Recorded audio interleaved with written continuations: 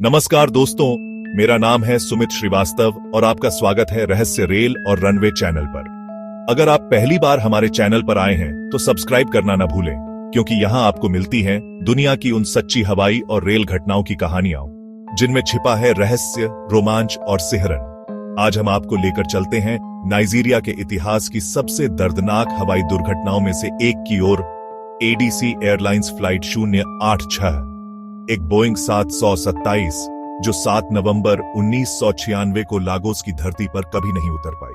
किसी को नहीं पता था कि यह सफर उनकी जिंदगी का आखिरी सफर बन जाएगा। यह कहानी है उन पलों की जब कुछ सेकंड बन गए फैसला। पहले जानते हैं पृष्ठभूमि। उस समय नाइजीरिया पश्चिम अफ्रीका का सबसे व्यस्त हवाई क्षेत्र था। एडीसी एयरलाइंस उस दौर में नाइजीरिया की प्रमुख घरेलू एयरलाइन थी। फ्लाइट 086 की योजना थी अबुजा से उड़ान भरना, लागोस पहुंचना, लगभग 1 घंटे का सफर। विमान में कुल 144 लोग सवार थे, यात्री और चालक दल। किसी को नहीं पता था कि यह सफर उनकी जिंदगी का आखिरी सफर बन जाएगा। अब चलते हैं उड़ान की शुरुआत की ओर। दोपहर का समय था, मौसम में हल्की नमी थी और बादल छाए हुए थे। विमान ने अबुजा से सामान्य रूप से उड़ान भरी। पायलट केबिन में बैठे थे कैप्टन डाना, अनुभवी पायलट, फर्स्ट ऑफिसर, सहायक पायलट और अन्य चालक दल के सदस्य। यात्री अपनी अपनी सीटों पर आराम से बैठे थे। किसी को अंदाजा भी नहीं था कि कुछ ही समय में आसमान में अफरा तफरी मचने वाली है। लगभग 1 घंटे की उड़ान के बाद विमान लागोस के करीब पहुंच गया। लेकिन तभी एयर ट्रैफिक कंट्रोलर ने एक संदेश दिया। उस समय एयर स्पेस में एक और विमान मौजूद था। दोनों विमानों की पोजीशन इतनी नजदीक आ गई थी कि मिड एयर कॉलिजन का खतरा पैदा हो गया। एयर ट्रैफिक कंट्रोलर ने दोनों विमानों को अलग अलग ऊंचाई और दिशा पकड़ने का आदेश दिया। लेकिन एडीसी फ्लाइट 086 के पायलटों को अचानक तेज मोड़ लेना पड़ा। पायलटों ने टक्कर से बचने के लिए तेज चढ़ाई करने की कोशिश की। यह कदम विमान के संतुलन को प्रभावित कर गया। आगे की घटनाएं और अधिक भयावह थीं। जैसे ही पायलटों ने टक्कर से बचने के लिए तेज चढ़ाई की, विमान का संतुलन बिगड़ गया। विमान ने अचानक स्टॉल करना शुरू कर दिया। कॉकपिट अलार्म बजने लगे। Stall, stall. पायलटों ने नियंत्रण पाने की कोशिश की, लेकिन बहुत देर हो चुकी थी। कुछ ही सेकंड में विमान तेजी से नीचे गिरने लगा। यात्री चिल्लाने लगे। केबिन में अफरा तफरी, कुछ लोग दहशत में, कुछ प्रार्थना में। विमान ने नियंत्रण खो दिया और जमीन की ओर बढ़ा। काफी कोशिश के बावजूद रिकवर नहीं हो सका। 7 नवंबर की वह दोपहर विमान ने खुले मैदानों में गिरकर जोरदार धमाका किया। आग और धुएं के गुबार ने पूरे इलाके को ढक लिया।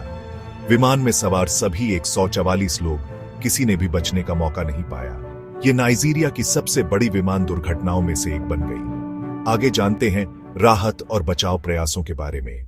दुर्घटना के बाद स्थानीय ग्रामीण सबसे पहले घटनास्थल पर पहुंचे। उन्होंने आग बुझाने और मलबे से लोगों को निकालने की कोशिश की, लेकिन आग इतनी भीषण थी कि कोई जीवित नहीं मिल सका। थोड़ी देर बाद दमकल और पुलिस की टीमें पहुंची। समाचार तेजी से पूरी दुनिया में फैल गया। अखबारों और टीवी चैनलों पर यही हेडलाइन छपी। नाइजीरिया की विमानन जांच समिति और अंतरराष्ट्रीय विशेषज्ञों ने तहकीकात शुरू की। डाटा रिकवर और ब्लैक बॉक्स की खोज पर ध्यान दिया गया। जांच में सामने आया कि पायलट त्रुटि एक कारण थी। एयर ट्रैफिक कंट्रोल की स्थिति और संचार में भ्रम भी मिला। स्टॉल की स्थिति और नियंत्रण खोने का निष्कर्ष निकला। नतीजा, विमान धराशायी और पूर्ण क्षति। यह हादसा नाइजीरिया की विमानन प्रणाली के लिए एक गहरा झटका था। कई देशों से जांच रिपोर्ट मंगवाई गई और नियमों में बदलाव किए गए। सबसे दर्दनाक हिस्सा था यात्रियों के परिवार। सबसे दर्दनाक हिस्सा था उन यात्रियों के परिवार। सैकड़ों परिवारों ने एक ही दिन में अपने प्रियजनों को खो दिया। एयरपोर्ट पर लोग अपने रिश्तेदारों का इंतजार कर रहे थे, लेकिन उन्हें सिर्फ ताबूत मिले। सबक 1, पायलटों को मिड एयर टक्कर से बचने की बेहतर ट्रेनिंग दी जाए। सबक 2, एयर ट्रैफिक कंट्रोल और पायलटों के बीच स्पष्ट संवाद हो। सबक 3, हवाई क्षेत्र प्रबंधन में तकनीक और सुरक्षा मानकों को सर्वोपरि रखा जाए। इन पहलों से भविष्य में ऐसी त्रासदियों को रोका जा सकता है। एडीसी फ्लाइट 086 की कहानी सिखाती है कि हवाई सफर जितना सुरक्षित दिखता है, उतना ही चुनौतीपूर्ण भी होता है। कभी कभी कुछ ही सेकंड का फैसला सैकड़ों जिंदगियों को मिटा देता है। अगर आपको यह वीडियो अच्छी लगी हो तो लाइक जरूर करें, कमेंट में अपनी राय बताएं और यदि नए हैं तो सब्सक्राइब कर लें। मैं हूं सुमित श्रीवास्तव। मिलते हैं अगली वीडियो में। तब तक के लिए धन्यवाद। समाप्त।